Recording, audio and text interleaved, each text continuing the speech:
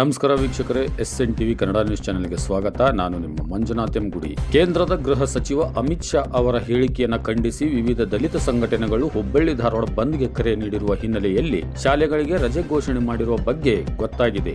ಶಾಲಾ ಶಿಕ್ಷಣ ಇಲಾಖೆಯ ಉಪನಿರ್ದೇಶಕ SS ಕೆಳದಿಮಠ್ ಅವರು ಹೊರಡಿಸಿರುವ ಆದೇಶದ ಮಾಹಿತಿ ಶಾಲೆಗಳ ಪ್ರಾಂಶುಪಾಲರು ತಮ್ಮ ಶಾಲೆಯ ಗ್ರೂಪ್ಗಳಿಗೆ ಹಾಕಿ ಮಾಹಿತಿ ಹಂಚಿಕೊಂಡಿದ್ದಾರೆ. ಇದರ ಮಾಹಿತಿ ಏನಪ್ಪಾ ಅಂತ ಹೇಳಿದ್ರೆ, ದಿನಾಂಕ 9/1/2025 ಹುಬ್ಬಳ್ಳಿ ಧಾರವಾಡ ಬಂದ್ಗೆ ಕರೆ ನೀಡಿರುವ ಹಿನ್ನೆಲೆಯಲ್ಲಿ ಮಕ್ಕಳ ಸುರಕ್ಷತೆಯ ಹಿನ್ನೆಲೆಯಲ್ಲಿ ಅಂದಿನ ದಿವಸ ಶಾಲೆಗಳಿಗೆ ರಜೆ ನೀಡಿ ಮುಂಬರುವ 2 ಶನಿವಾರಗಳಂದು ಪೂರ್ಣಾವಧಿ ಶಾಲೆಯನ್ನು ನಡೆಸಿ ರಜೆ ಅವಧಿಯನ್ನು ಸರಿದೂಗಿಸಲು ಸಂಬಂಧಿಸಿದ BEO ರವರಿಗೆ ಸೂಚಿಸಿದೆ DDPI. ಬಂದ್ ಹಿನ್ನೆಲೆಯಲ್ಲಿ ರಜೆ ಘೋಷಣೆಯಾಗಿದ್ದರಿಂದ ಮುಂದಿನ 2 ಶನಿವಾರ ಪೂರ್ಣವಾಗಿ ಶಾಲೆಗಳನ್ನು ನಡೆಸುವಂತೆಯೂ ಸೂಚಿಸಿದ್ದಾರೆ.